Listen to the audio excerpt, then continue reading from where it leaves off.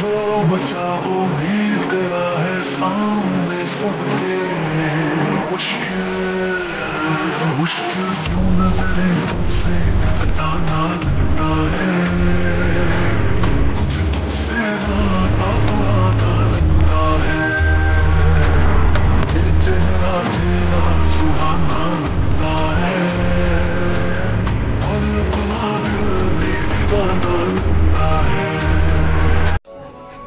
গাঢ় নীল আকাশ, খন্ড খন্ড তুলোর ন্যায় মেঘগুলো ছেয়ে আছে তাতে। চারিপাশে বাতাসের মাঝে হালকা বসন্তের গন্ধ ছেয়ে বেড়াচ্ছে। গাছে গাছে সব নতুন ফুল। গায়ক পাখিগুলো তাদের মিষ্টি মধুর কণ্ঠে গুনগুন করে গান গেয়ে বেড়াচ্ছে। ফুলের মিষ্টি গন্ধ চারিপাশে ছেয়ে আছে। এমনই এক সুন্দর মনোরঞ্জনকর পরিবেশ। হলুদ রঙের ট্যাক্সিটা পার্ক মেনশনের সামনে থামতেই ট্যাক্সি থেকে নেমে ভাড়াট চুকিয়ে হন্তদন্ত হয়ে ছুটে গেলাম গেটের দিকে। গেটের কাছে গিয়ে বেল বাজালাম। বেল বাজানোর পরেই একটা সিসিটিভি ক্যামেরা বেরিয়ে এসে আমাকে স্ক্যান করলো। স্ক্যান কমপ্লিট হতেই সবুজ বাতিটা জ্বলে উঠলো আর গেটটাও খুলে গেল। গেট খুলতেই দিলাম দৌড়। ফুল বাগান পেরিয়ে সুইমিং পুলটা পেরিয়ে বাড়ির দরজার কাছে গিয়ে পুনরায় বেল বাজালাম। জিমিনের মা খুন্তি হাতে দরজাটা খুললো। আরে তে হঠাৎ এখানে? আসসালামু আলাইকুম আন্টি। ওয়ালাইকুম আসসালাম। কিন্তু এই দাঁড়াও, এভাবে দৌড়ে কোথায় যাচ্ছ? কি হলো বাচ্চাটার? সিরিয়াস কিছু হয়েছে নাকি? জিমিন কিছু করেনি তো?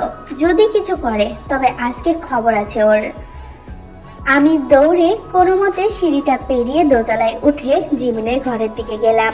জিমিনের ঘরের দরজাটা খোলাই ছিল, জানা ছিল না সেটা, তাই জোরে ধাক্কা দিতেই ধাম করে খুলে গেল। ও মা গো, ভাই তুই কি সিংহি রে বাবা, বেচারা দরজাটার উপর এভাবে থাবা ফেললি। কাকের মতো চিল্লাচ্ছিস কেন? জিমিন অসুস্থ না? সেটা তো আমিও জানি, কিন্তু কই? বেডরুমে শুয়ে আছে। আমি যেই ওষুধ নেবার জন্য আন্টির কাছে যাব বলে দরজাটা ধরলাম, তখনই তুই ধাম করে দরজাটা খুললি। এই ওয়েট, হারামজাদি, কথা না শুনে কই যাচ্ছিস? আমি নিজের কথায় পাত্তা না দিয়ে জিমিনের বেডরুমে গিয়ে দেখি সাথে সানা আর রোজ বসে আছে। জিমিন তুই ঠিক আছিস?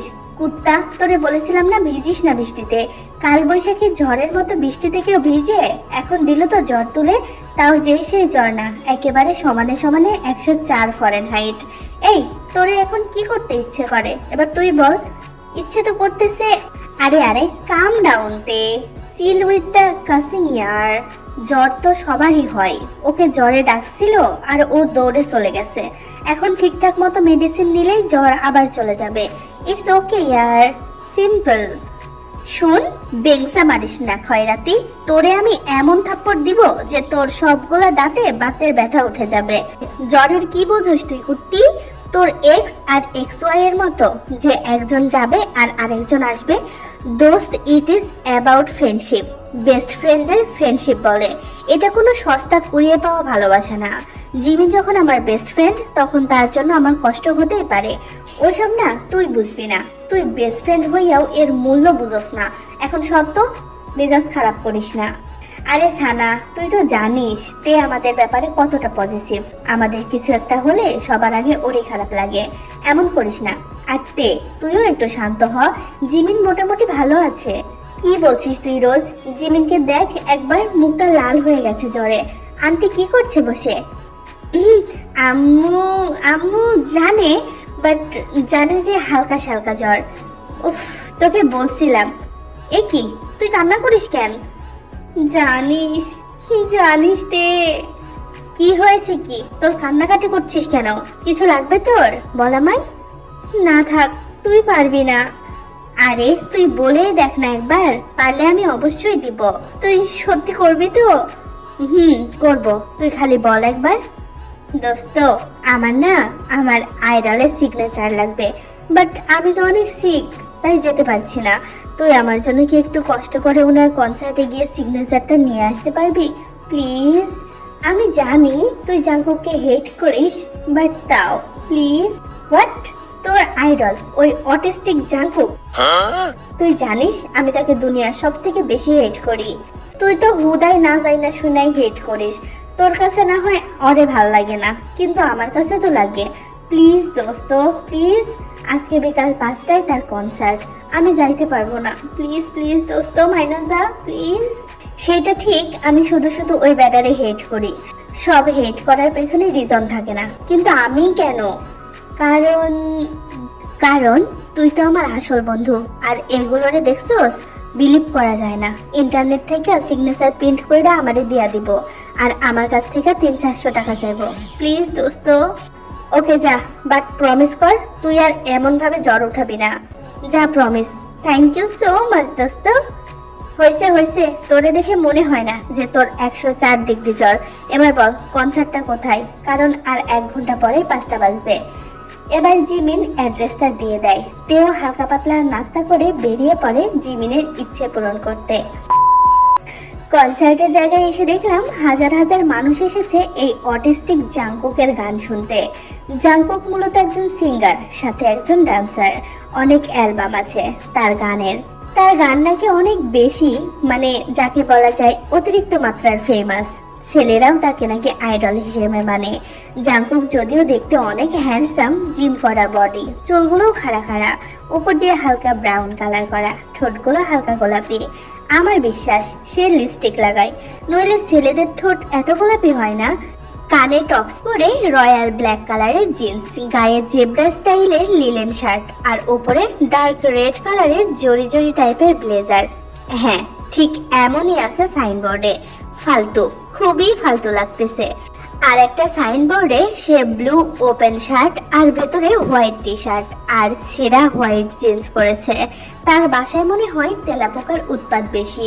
তার মাথার খাড়া খাড়া চুলগুলো হালকা কমলা কালার করা। চুলগুলোতে মনে হয় পাইকা গেছে। বুইড়া একটা, আমার বিরক্তি লাগে একে। অতিরিক্ত ঢং করে, নিজেকে বেশি জাহির করে সবকিছুতে। নিজেকে অলওয়েজ হ্যাডম জাহাজের কচ্ছপ মনে করে। সব টকশো দেখে যা বুঝলাম, দেখতে সে হ্যান্ডসাম অনেক। সার্ভার অ্যাওয়ার্ডও নাকি পাইছে পুরো এশিয়া মহাদেশের বেস্ট হ্যান্ডসাম হিসেবে। সিঙ্গার আর ডান্সার হিসেবে রিওয়ার্ড তো আছেই। টিকিট কাউন্টারের লাইনে দাঁড়িয়ে জাংকুকের ম্যাগাজিন দেখতে লাগলাম। বিশ্বাস করুন, এই কাউন্টারে অন্য কোনো ম্যাগাজিন নাই, সব এই জাংকুকের। টিকিট কাউন্টারের লাইন এত বড় যে কি আর বলবো। তার টাইম পাসের জন্য হাতে ম্যাগাজিনটা নিয়েছিলাম। ম্যাগাজিনে দেখলাম আজকে নাকি একটা অফার চলছে। যার যার টিকিট স্ক্যাচ করলে জাংকুকের নামটা লেখা থাকবে, সে নাকি জাংকুকের সাথে পার্সোনালি 10 মিনিট টাইম স্পেন্ড করতে পারবে। গিয়ে অটোগ্রাফ নিয়ে আসতে পারবে, আর সাথে ফোন নাম্বারটাও নিতে পারবে। সেলফি তোলা তো আছেই। এই সুযোগটার জন্যই সবাই আজকেই টিকিট কিনতে এসেছে। এই জন্যই তো বলি এত ভিড় কেন। দেখতে দেখতে আমার সময় এলো। ভাইয়া, একটা টিকিট দিবেন প্লিজ। ম্যাম, একটু ওয়েট করুন প্লিজ, কারণ আমার স্টকের টিকিট শেষ হয়ে গিয়েছে। অন্য স্টক থেকে টিকিট আনতে হবে। Just 2 minute please. ওকে। আর কতক্ষণ যে দাঁড়িয়ে থাকতে হবে আল্লাহ তাআলা জানে। আল্লাহ, এই অসহায় বান্দার উপর একটু হেদায়েত করো। ছেলেটা বরাবর 2 মিনিট পরে এলো। এসে আমাকে টিকিট দিতে দিতে বলে, ম্যাম আপনার নেম আর ফোন নাম্বারটা কাইন্ডলি প্লিজ দিবেন। আমি দেখলাম এর আগে প্রত্যেকেই এই কাজ করেছে, তাই আমি নির্দ্বিধায় নাম আর ফোন নাম্বার এন্ট্রি করলাম। নিন ভাইয়া। ম্যাম, আমাকে ফ্রেডি বলে ডাকলেই হবে, ভাইয়া ওয়ার্ডটা শুনতে ভালো লাগে না। আমি উত্তরে মুচকি হাসলাম। বেডা, ফ্লার্টিং করার ধান দানা, মেয়ে দেখলেই হলো। বুঝি তো, যেমন গায়ক তেমন তার টিকিট কাউন্টার, যত সব। আমি টিকিট নিয়ে এসে হল রুমে ঢুকলাম। আরো কিছুক্ষণ পর কনসার্ট শুরু হলো। আমি জিমিনকে কল দিয়ে জানালাম। জিমিন বলল কনসার্ট শুরু হলে যেন তাকে ভিডিও কল করি, আর তাকে যেন শোটা দেখাই। আমি ঠিক আছে বলে দিয়েছি। কনসার্ট শুরু হলে প্রথমে স্টেজে বড় পর্দায় জাংকুক সম্পর্কিত কিছু তথ্য, তারপর তার অ্যাওয়ার্ডের নাম আর সালগুলো বলল। তারপর লাইটিং শুরু হলো। আমি আশেপাশে তাকিয়ে দেখি সবাই সবার টিকিট স্ক্যাচ করে বসে আছে। আমিও স্ক্যাচ করলাম, দেখলাম জাংকুকের নাম লেখা। লাভ কি হলো? ধুর, কোনো লটারি কি পাইছি? সবার কার্ডেই তো জাংকুকের নাম লেখা আছে। ইস, আমার কার্ডে যদি 50,000 টাকা লেখা থাকতো, উফ, কি মজাটাই না হতো। এদিকে আমাদের হিরো আলম মানে জাংকুক ডার্ক রেড জড়ি জড়ি ব্লেজার, ভেতরে জেব্রা ডিজাইন করা লিনেন শার্ট আর রয়্যাল ব্ল্যাক জিন্স পরে এন্ট্রি মারলো। এসেই সুইট ক্রাশ স্মাইল দিল। গান গাওয়া শুরু করে কিছুটা এদিক ওদিক হেঁটে সেই আগের জায়গাতে এসে হাত পা ছুঁড়ে ছুঁড়ে ডান্স করতেছে। মাঝে মাঝে নাচার তালে তালে তার জেব্রা ডিজাইনের লিলেন শার্টটা কিছুটা উঠে গিয়ে সিক্স প্যাক দেখা যাচ্ছে। আর সব দর্শকগুলো চিল্লিয়ে উঠছে। উফ, এত শো অফ করার কি আছে এই ছেলেটার? ভাই, তোমার ডান্স দেখে মনে হইতেছে তুমি মশা তাড়াইতেছো।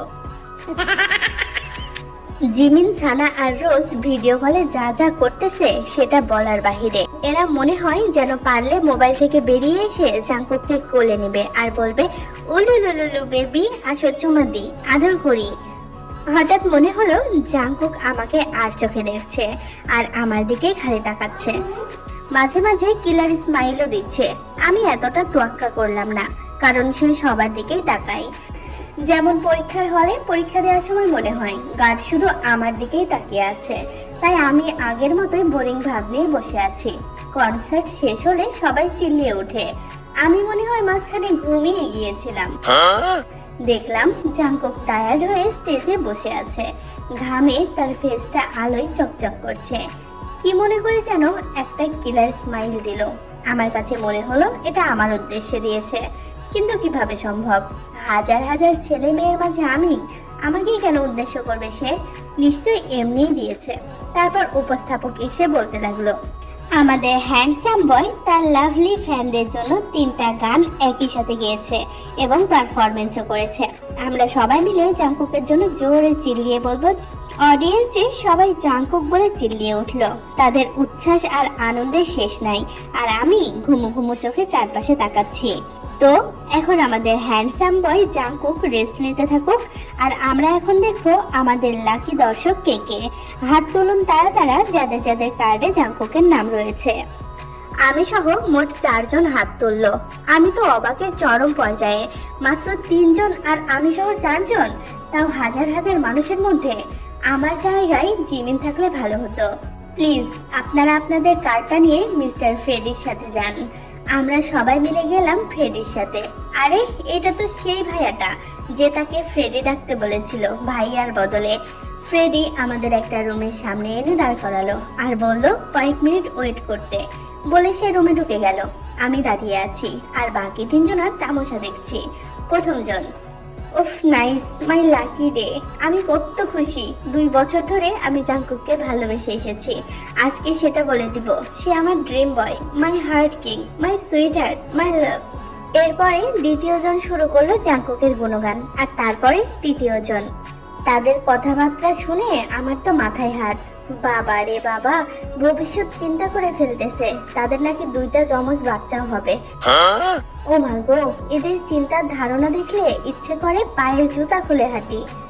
3 জন তাদের সাজগোজ নিয়ে ভীষণ ব্যস্ত। আমি বুঝলাম না, একটা পোলারে দেখতে গেলে কি এত সাজগোজ করা লাগে? যত সব ঢং। রিয়েল ফেসে গেলে কি প্রবলেম? যেমন আমাকেই দেখো না, আমি খালি মুখে হালকা পাউডার আর চোখের গাঢ় কাজল দিয়েছি, যেটা আমি সবসময়ই করি। ওদের ট্যালেন্ট দেখে মনে হচ্ছে আমার জীবনটাই বৃথা। ফ্রেডি বেরিয়ে এলো। তারপর রক পেপার সিজারের মাধ্যমে ডিসাইড করা হলো কে আগে যাবে। আমি সবার লাস্টে পড়েছি। এক এক করে 3 জন ঢুকলো। প্রত্যেকটা 10 মিনিট যেন 30 মিনিট। আমি তো মনে হয় আবার ঘুমিয়ে গিয়েছিলাম। ফ্রেডি এসে হালকা ডাক দিতে আমার ঘুম ভাঙিয়ে মুস্কি এসে অটোগ্রাফ পেপারটা নিয়ে রুমের দরজা খুললাম। দেখি সে কপালে হাত স্লাইড করছে। মনে হচ্ছে ওর মাথার উপর দিয়ে মনে হয় সুনামি, না হয় 98-এর বন্যা বয়ে গেছে। আমি দরজায় হালকা নক করে বললাম, may I come in? Jungkook কপাল থেকে হাত সরিয়ে সামনের দিকে তাকায়। কিছুটা সময় চুপ ছিল। সে তার সামনে থাকা মানুষটির দীর্ঘ পল্লব বিশিষ্ট কালো দুটি চোখের দিকে তাকিয়ে আছে। এই চোখ যেন অনেকটা অতল স্পর্শ গভীর, অনেকটা বলা যায় স্বচ্ছ আকাশের মতো। মাঝে মাঝে মনে হচ্ছে মহান আল্লাহ তাআলা তার বুঝি পরম যত্নে চোখ দুটো বানিয়েছে। কাঁধ পর্যন্ত চুলগুলো তেমন গাঢ় কালো নয়, তবুও বেশ মায়াবী। তার থেকে চোখ সরানো বেশ মুশকিল। একটা মায়ার মোহনজালে ছেয়ে আছে তার মুখমণ্ডলে। চোখ সরানো বেশ দায়ী। হিরো আলম মানে জাংকুক বেটা, সে কখন থেকে তাকিয়ে আছে। আসতেও বলছে না, যাইতেও বলছে না। আমারে কোন হিসেবে দাঁড় করাই রাখছে?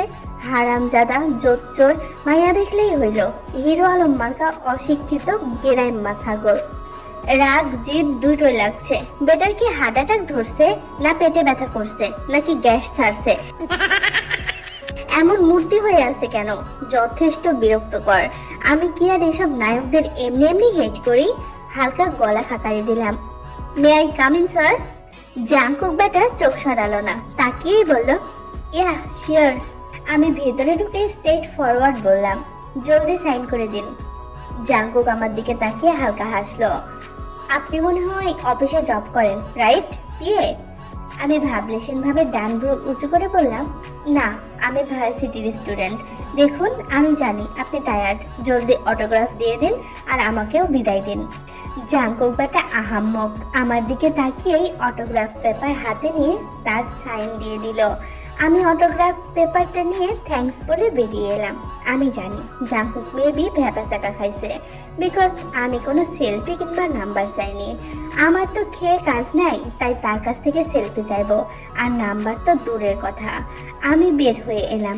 বের হতে দেখি হিরো আলম জাঙ্কুকের কয়েকজন ফ্যান এসে জিজ্ঞেস করলো, জাঙ্কুকের সাথে কি কি কথা হলো? তেমন একটা না, সে টায়ার্ড ছিল। উফস, তুমি তো দেখি আনলাকি। বাকি দুজনের সাথে তো অনেক কথা বলেছিল, তোমার সাথে কোনো কথাই বলেনি। Don't worry, better luck next time. ইস, আমি যদি লাকি টিকিটটা পেতাম কি মজাটাই না হতো। উফ, জাঙ্কুকের চেহারা যখন ঘামছিল, যে সুন্দর আর অসাধারণ লাগছিল। ও মাই গড, সুপার চকলেটি। এরা তো দেখি রাক্ষসী, হাব ভাব দেখে মনে হচ্ছে পারলে খেয়েই ফেলবে। বুঝে গেছি, এখানে থাকলে এই ছাগলের সম্পর্কে নানান কথা শুনতে হবে। আমার এখানে থেকে লাভ নেই। আমি হাঁটা শুরু করলাম। বের হয়েই ট্যাক্সি খুঁজতে লাগলাম। তৎক্ষণাৎ খিদা লাগতে শুরু করেছে। সামনে একটা রেস্টুরেন্টের সামনে দাঁড়াতেই মেনু পোস্টার দেখছিলাম। হাই আল্লাহ, এত দাম! এদিকে আমার কাছে তো তেমন বেশি টাকাও নেই। আমার খিদেও লেগেছে। মনে হচ্ছে চিপস খেয়ে আপাতত ক্ষুধা নিবারণ করতে হবে। কিন্তু এখানে তো সব রেস্টুরেন্ট, মনে হয় আরেকটু সামনে গেলেই পাওয়া যাবে। বেশ কিছুক্ষণ হাঁটার পর পেয়েও গেলাম। দোকানে গিয়ে চিপস নিলাম 3টা। টাকা দিয়ে দোকান থেকে বের হতেই বৃষ্টি শুরু হয়ে গেছে। ব্যাগের ভেতর চিপসগুলো ঢোকাচ্ছিলাম। এমন সময় হঠাৎ মানুষের শোরগোলে চোখ তুলে তাকাতেই একটা লোকের সাথে ধাক্কা খেয়ে হাত থেকে ব্যাগটা পড়ে গেল। তার ভেতরে থাকা অটোগ্রাফ পেপারটাও বের হয়ে গেল। বৃষ্টি আর রোডের কাদা লেগে বলা যায় নষ্ট হয়ে গেছে। আমি অগ্নি চোখে ছেলেটার দৌড়ে চলে যাওয়ার দিকে তাকালাম। কি বদ একটা ছেলে! ধাক্কা দিল তো দিল, আবার অটোগ্রাফটাও নষ্ট করে দিল। সরি পর্যন্ত বলল না। ইস, জিমিনের জন্য নিয়ে অটোগ্রাফ! মানুষের শোরগোলের দিকে তাকিয়ে চোখ ছানা বড়া হয়ে গেল। এতগুলো লোক ধেয়ে আসছে এদিকেই। সবাই চিল্লিয়ে চিল্লিয়ে বলছে, আরে চলে যাচ্ছে তো, থামো প্লিজ থামো। সেই ছেলেটাও তার সর্বোচ্চ দিয়ে দৌড়াচ্ছে। নিশ্চয় কোনো চোর। আচ্ছা, তাহলে কি সেও আমার মতো সবার কাছ থেকে কিছু না কিছু জিনিস নষ্ট করেছে? ওয়েট, আমিও যোগ দিই এদের সাথে। বেটাকে আচ্ছা করে ধুলাই দিতে হবে। আমিও জনসমাগমে যোগ দিলাম। হ্যাঁ হ্যাঁ, জলদি চলো, ওকে ধরতেই হবে। আজকে তাকে হাতে নাতে ধরতেই হবে। সবাইও আমার সাথে একমত হয়ে দৌড় দিচ্ছে। জিন্দেগিতে কখনো আন্দোলনে নামি নাই আমি, এই প্রথম আন্দোলনে নামছি, আবার লিড দিচ্ছি। ব্যাপারটা আসলেই অসাধারণ। হঠাৎ ছেলেটা আমাদের চোখের সামনে থেকে উধাও হয়ে গেল।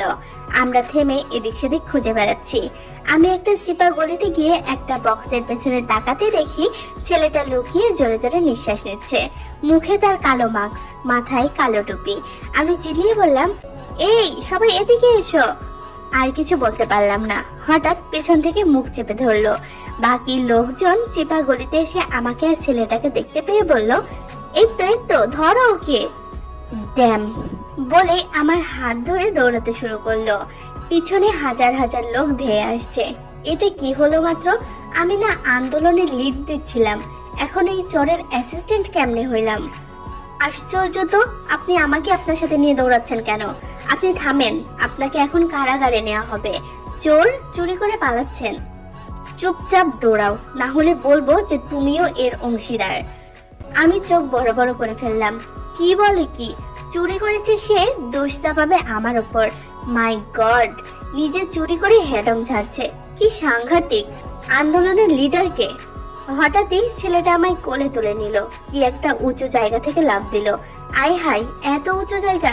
ইয়া মাবুদ, এটা চোর না ডাকাত নাকি এটা ভূত? আমি ছেলেটার জামা খামচে খিচে চোখ বুঝে রইলাম। এই মেয়ে, জামা ছাড়ো, ছিঁড়ে যাবে তো এটা। আমি চোখ খুলে দেখলাম আমরা একটা সিপোর্টে আছি, তার মানে আমি বেঁচে আছি। হাত ছেড়ে ছেলেটার জামা ছাড়তেই ছেলেটা আমাকে ছেড়ে দিল। আমি ধাম করে পড়লাম। মাই গড! এই মেয়ে, সারাদিন কি এত খাও তুমি?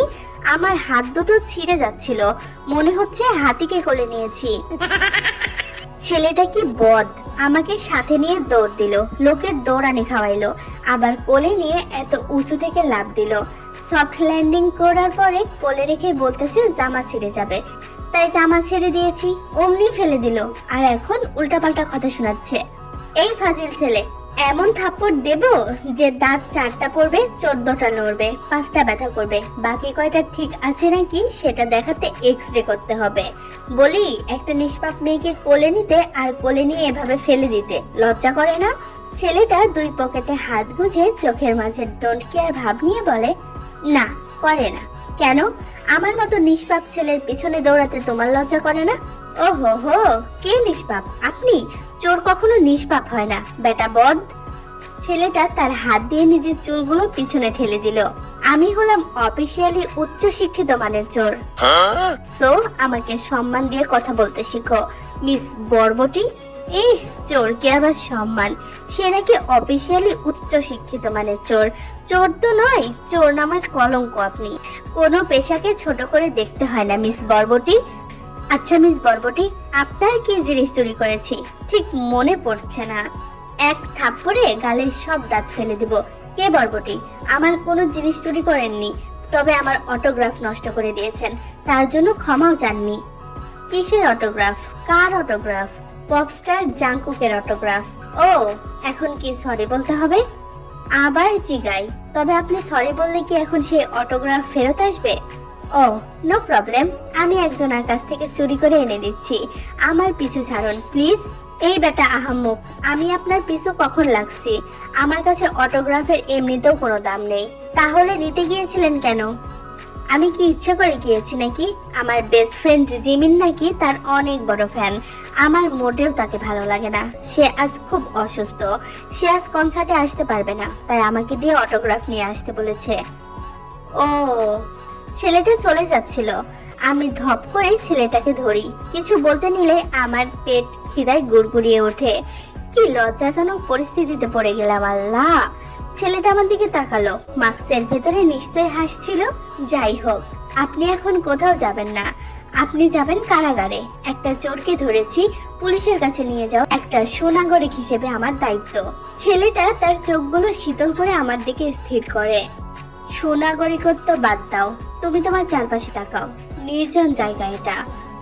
আমি চারপাশে তাকিয়ে খেয়াল করলাম আসলেও এটা একটা নির্জন জায়গা। হঠাৎই ছেলেটা কাছে এগিয়ে এসে বলল, তোমার কি মনে হয় না একজন পুরুষ হিসেবে আমি তোমার সাথে? আমি ঢোক গিললাম। আসলে তো। আমি ভীত চোখে ছেলেটার দিকে তাকালাম। ছেলেটা সাথে সাথে কিটকিটিয়ে হেসে উঠল। আমি বুঝলাম যত যাই হোক সে কিছু করবে না। আমি বেশ কনফিডেন্সের সাথেই বলি, আমার কথা বাদ দিন চোর মশাই, আমি যদি একবার পুলিশকে কল দিয়ে বলি মোস্ট ওয়ান্টেড চোর এখানে, তাহলে কি করবেন? আমাকে ধরার আগেই। এই কি করছেন? ছেলেটা আমার মুখ চেপে একটা কন্টেনারের পেছনে নিয়ে গেল, নিজের জিন্সের পকেট থেকে একটা রিভলভার বের করলো। আমি অবাকের চরম পর্যায়ে। ছেলেটা আমাকে ফিসফিস করে বলে, একদম চুপ থাকবে, উকি ঝুঁকি দিবে না, মুখ দিয়ে একটা কথাও বের করেছো তো এই যে দেখছো এটা দিয়ে তোমার মাথার খুলি উড়িয়ে দিব। বলে আমাকে কন্টেনারের পিছনে রেখে সামনে চলে গেল। কই গেল দেখতে যে না একটা উকি দিয়েছি, অমনি 2-3টা গুলির আওয়াজ শোনা গেল। আমি আর ভয়ে তাকালাম না। কিছু সময় পর সে তার শাহাদাত আঙ্গুলে একটা চাবির রিং ঘোরাতে ঘোরাতে আমার সামনে এলো, চোখ কটমটিয়ে বলে, উকি ঝুঁকি দিয়েছো নাকি? না। গুড, এবার চলো। কই যাব? তোমাকে কবর দেব। আমি জোরে ঢোক গিললাম। ছেলেটা জোরে ধমক দিতেই তার পেছন পেছন যেতে লাগলাম। একটা BMW কারের সামনে এসে সে গাড়ির দরজা খুলে নিজে বসে পড়লো। আমাকেও ইশারায় বসতে বলল। আমিও চুপচাপ বসে গেলাম। মোটেও চিল্লাপাল্লা করবে না, করলেই গুলি মেরে তোমার খুলি উড়িয়ে দেব। Got it? আমি দ্রুত মাথা নাড়িয়ে সম্মতি জানালাম। গাড়িটা একটা রেস্টুরেন্টের সামনে এসে থামলো। আমাকে বের হতে বলল, আমিও বের হলাম। সে আমাকে নিয়ে রেস্টুরেন্টের ভেতরে গিয়ে বসে। একজন ওয়েটার এসে অর্ডার চাইলো। ছেলেটা তার ইচ্ছে মতো করলো। ওয়েটার আমার দিকে ফিরে কিছু বলতে নিলেই ছেলেটা বলে, তোমার কি মনে হয় আমি এগুলো একা খাবো? ওর কাছ থেকে চাওয়ার কি দরকার? যাও, যা অর্ডার করেছি সেটাই নিয়ে এসো। ওয়েটারটা চলে গেল। দেখছো কি খারাপ লোক, আমার মতামতটাও জানতে চাইলো না। কি অসভ্য ব্যাড বয়। এখন কি আমাকে দেখিয়ে দেখিয়ে খাবে? বেটা, তোর কষ্টকাঠিন্য হবে দেখে নিস, নয়তো ডায়রিয়া হবে। ওয়েটার কিছুক্ষণ পরে সে খাবার দিয়ে গেল। আই হাই, সব তো ভেজিটেবল। বেটাই কি ভেজিটেরিয়ান নাকি? চোর আবার ভেজিটেরিয়ান? তোমাকে বলছিলাম না আমি অফিসিয়ালি উচ্চ শিক্ষিত মানের চোর, তাই আমি ভেজিটেরিয়ান। সো কথা কম বলে খাও। তোমার যে ওজন, আমার তো রাগে মাথা ফেটে যাচ্ছে।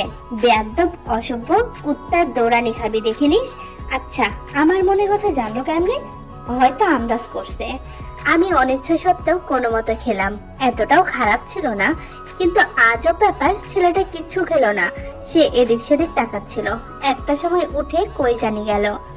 হাই হাই, আমাকে ফাঁসিয়ে চলে গেল না তো? এতগুলো খাবারের বিল আমি কিভাবে দিব? উফ, আমিও কত বোকা। একটা চোরের কথা শুনতে গেলাম কেন? দূর, এখন এখান থেকে পালাতে হবে। কিন্তু কিভাবে পালাবো? সিসিটিভি ক্যামেরা তো অন, লোকজনও আছে। কি যে করি? আল্লাহ, প্লিজ এবারের মতো বাঁচিয়ে দাও। আম্মু আমাকে সেই ছোটবেলা থেকে বলে আসছে, অপরিচিত মানুষ কিছু দিলে খাইস না, কথাও বলিস না। আজকে তার কারণ আর তার পরিণাম হাড়ে হাড়ে টের পাইলাম। কিছুক্ষণ পরেই ছেলেটা চলে এলো। কোথায় গিয়েছিলেন চোরমশাই? ব্ল্যাক কার্ড চুরি করতে। আর শোনো, সারাক্ষণ চোরমশাই শুনতে ভালো লাগছে না। আমি ইয়নহু, অফিসিয়ালি উচ্চ শিক্ষিত মানের চোর। Call me Yeonhu. ঢং মারাই। ইয়নহু না ইডিয়েট?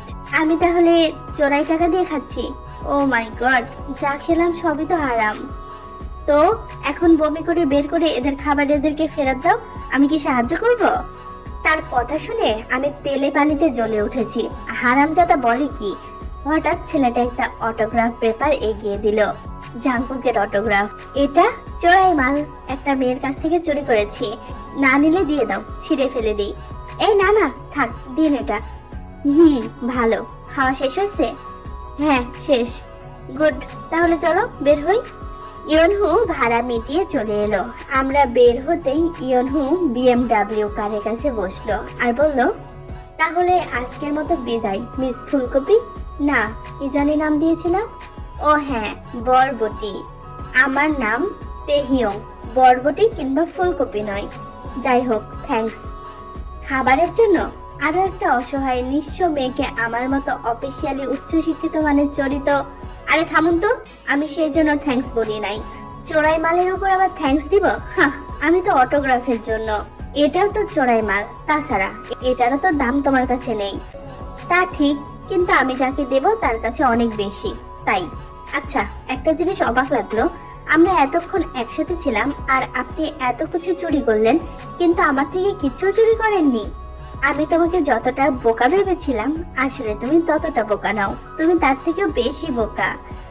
মানে কি? কেন? ইয়নহু এবার তার পকেট থেকে আমার ভার্সিটির আইডি কার্ড আর আমার সেলফোন বের করলো। আমার চোখ বড় বড়। হাই হাই, এ তো চোর প্রাইম প্রো। সেলফোনটাই আমার জানের টুকরা, বয়ফ্রেন্ডের মতো। আর আইডি কার্ড না থাকলে তো ভার্সিটির ক্লাস কিংবা এক্সাম হলে ঢুকতেই পারবো না। আমি হাত বাড়িয়ে কেড়ে নিতে নিলাম। ইয়নহু গাড়ির গ্লাস উঠিয়ে দেয়। আমি চোখ কটমটিয়ে তাকালেই ইয়নহু তার আঙুল দিয়ে ইশারায় 2 দেখায়। মানে কি? ইয়নহু গ্লাস হালকা নামিয়ে বলে, পাশে তাকাও। আমি তাকাতে দেখি রেস্টুরেন্টের পুলের পাশেই ইয়নহুর ছবি একটা পোস্টারে টাঙানো, তবে মাস্ক পরা। এতক্ষণ পর্যন্ত সে ব্ল্যাক মাস্ক পরা আর টুপি পরেই ছিল। পোস্টারের ছবিটার নিচে মোস্ট ওয়ান্টেড লেখা। আমি অবাক চোখে সামনে তাকালাম। If you want your ID card and your cell phone back, then I have 2 conditions. 1. You can tell the police about me. 2nd. We will meet everyday. প্রথমটা ঠিক আছে, কিন্তু দ্বিতীয়টার মানে কি? আমি একটা অফিসিয়ালি উচ্চ শিক্ষিত মানের চোর বলে কেউ কথা বলে না তেমন। তাই আমি চাই তুমি আমার সাথে টাইম স্পেন্ড করো। মনে করো না যে we are dating, it's just a normal friend. না মানলে আইডি কার্ড ফেরত পাবে না। Decision is yours. ডিল? আমি দাঁতে দাঁত চেপে বললাম, ওকে ডিল, গুড কেস। বলে আইডি কার্ডটা আর আমার মোবাইলটা আমার দিকে ছুঁড়ে মারলো। আর একটুর জন্য তো পড়েই যাইতো দুইটা। আমার দিকে ছুঁড়ে মেরেই সে গাড়ি ছুটিয়ে চলে গেল। আবালের নাতি, আহম্মক, খয়রাতির বেটা, ইহ, তার সাথে টাইম স্পেন্ড করতে হবে। আরেকবার সামনে আসিস, তোরে গরুর গোবর দিয়ে লেবুর তরকারি, পাঠার লেজ দিয়ে মুড়ি ভর্তা খাওয়াবো।